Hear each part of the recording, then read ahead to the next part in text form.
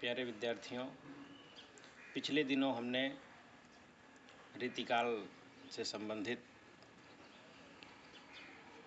बातें की थी। आज हम रीतिकाल से आगे आधुनिक काल पर परिचर्चा करेंगे।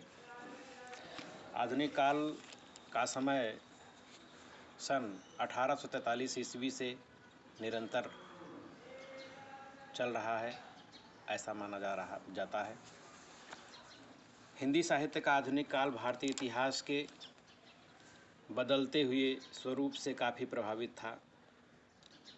आधुनिक युग का आरंभ अंग्रेज़ों की साम्राज्यवादी शासन प्रणाली के नवीन अनुभव से हुआ था, जिसमें बाहर तो शांति दिखाई देती थी, किंतु भीतर देश का धन विदेश की ओर जा रहा था। अंग्रेज हमारा आर्थिक शोषण कर रहे थे।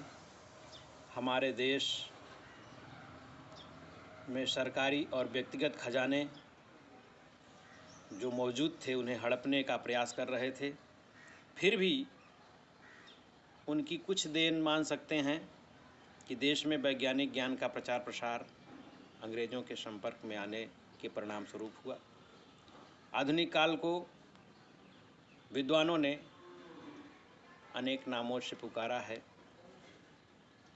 आधुनिक काल को गद्य काल भी कहा जाता है, क्योंकि आधुनिक काल में हिंदी गद्य की अनेक विधाओं का जन्म हुआ। इस काल को नवीन विकास काल के नाम से भी जाना जाता है।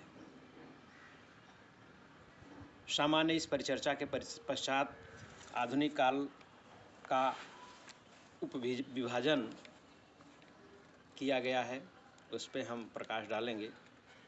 डॉक्टर नगेंद्र द्वारा संपादित ग्रंथ हिंदी साहित्य के इतिहास में आधुनिक काल को प्रमुख भागों में बांटा गया है, जिनमें पहला पुनर्जागरण काल, जिसे भारतेंदु युग के नाम से जानते हैं, और इसका समय सन 1857 ईस्वी से 1900 ईस्वी तक है। दूसरा चरण जागरण सुधार काल, जिसे द्विवेदी युग के नाम से जानते हैं, इसका समय 1900 से 1918 ईस्वी तक है। तीसरा चरण छायावादी युग का है, सन 1918 ईस्वी से 1938 ईस्वी तक माना जाता है। कुछ विद्वान इसका समय 1918 से 1936 ईस्वी तक मानते हैं। 1936 ईस्वी तक मानने वालों की संख्या अधिक है। इसके बाद अगला चरण आता है छायावादोत्तर काल का, जिसके उपखंड हैं प्रगतिवाद, प्रयोगवाद और नई कविता का युग। प्रगतिवाद और प्रयोगवाद का समय सन 1838 से 1953 ईस्वी तक माना जाता है, और नई कविता का युग 1953 ईस्वी से अब तक निरंतर चल रहा है। इसके भी भेदोपभेद हैं, जिसकी परिचर्चा यहाँ पर आवश्यक नहीं है।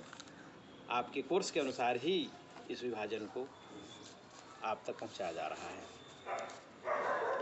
जो हिंदी साहित्य का पहला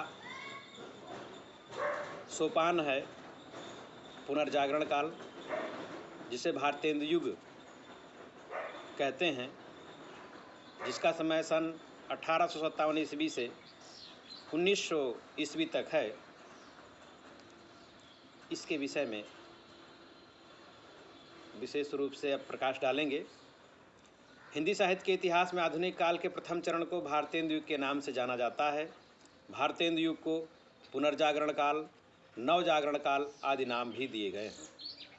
भारतेंदु युग का नामकरण भी हिंदी के नवजागरण के अग्रदूत भारतेंदु हरिश्चंद्र के नाम पर किया गया है। भारतेंदु हरिश्चंद्र को हिंदी साहित्य के आधुनिक युग का प्रतिनिधि कवि माना जाता है।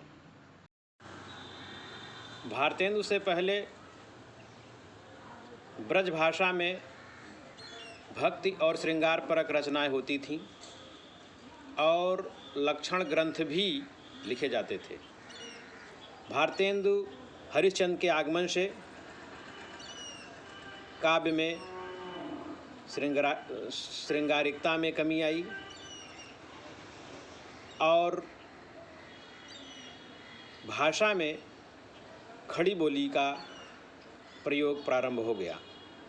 देश प्रेम तथा हिंदी भाषा प्रेम की भावनाएं कवियों के मन में उत्पन्न हुई। हिंदी कविता में आधुनिकता का स्वर सर्वप्रथम भारतेंदु हरिश्चंद्र की रचनाओं में देखने में आता है। इन्होंने कविता वर्धिनी सभा जैसी नवीन साहित्यिक संस्था की स्थापना की तथा कविवचन सुधा नामक पत्रिका का प्रकाशन किया, जिससे हिंदी साहित्य को प्रोत्साहन मिला और खड़ी बोली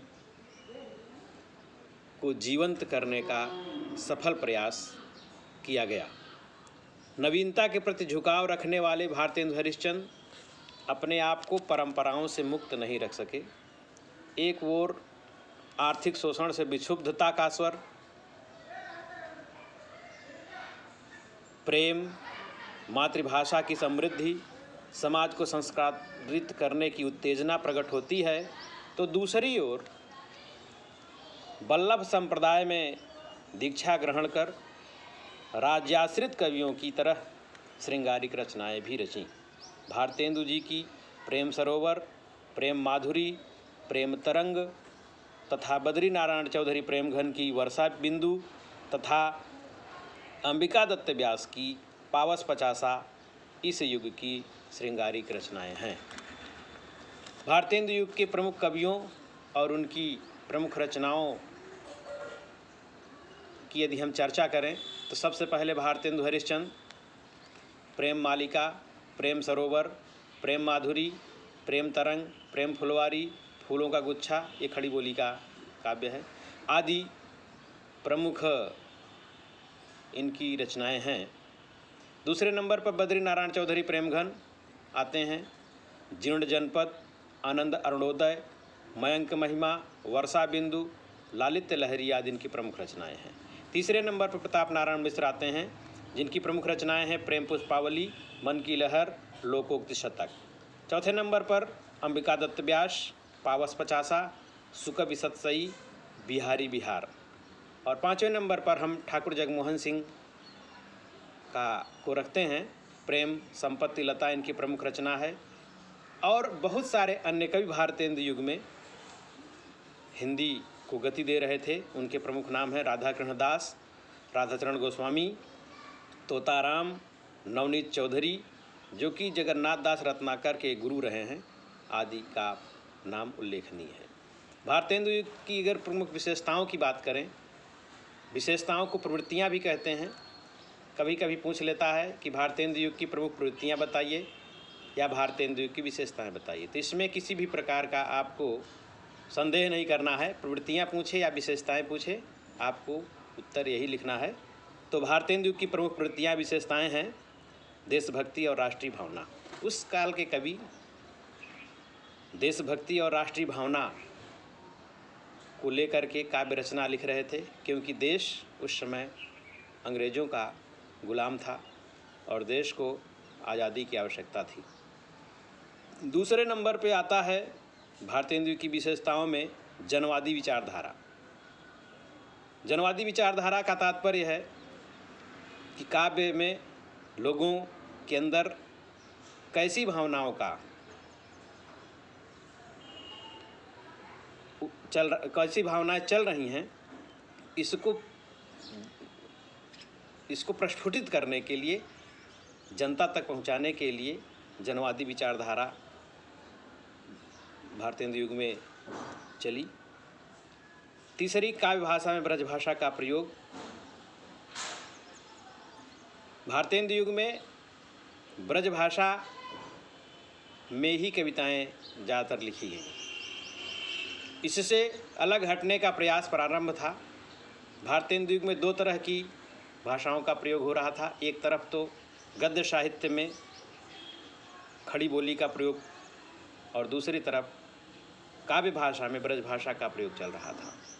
इससे मुक्त होने का प्रयास किया जा रहा था, किंतु पूर्णतया इससे मुक्ति नहीं मिल पा रही थी। प्राचीन अगली विशेषता के रूप में प्राचीन परिपाटी की कविता, अर्थात जैसे ब्रजभाषा में कविताएं पहले लिखी जा रही थीं, उसी पे भारतेंदु युग में भी चलन चल रहा था। कलात्मकता का अभाव, रीतिकाल की जो कविताएं हैं उसमें अधिक कलात्मकता थी। भारतेंदु युग में वो कलात्मकता कुछ कम हुई। इस प्रकार से भारतेंदु युग की ये प्रमुख विशेषताएं हैं। आज आपको भारतेंदु युग तक ही बताया जाएगा। अगली वीडियो में आपको द्विवेदी युग और छायावाद युग को बताने का प्रयास किया जाएगा। धन्यवाद।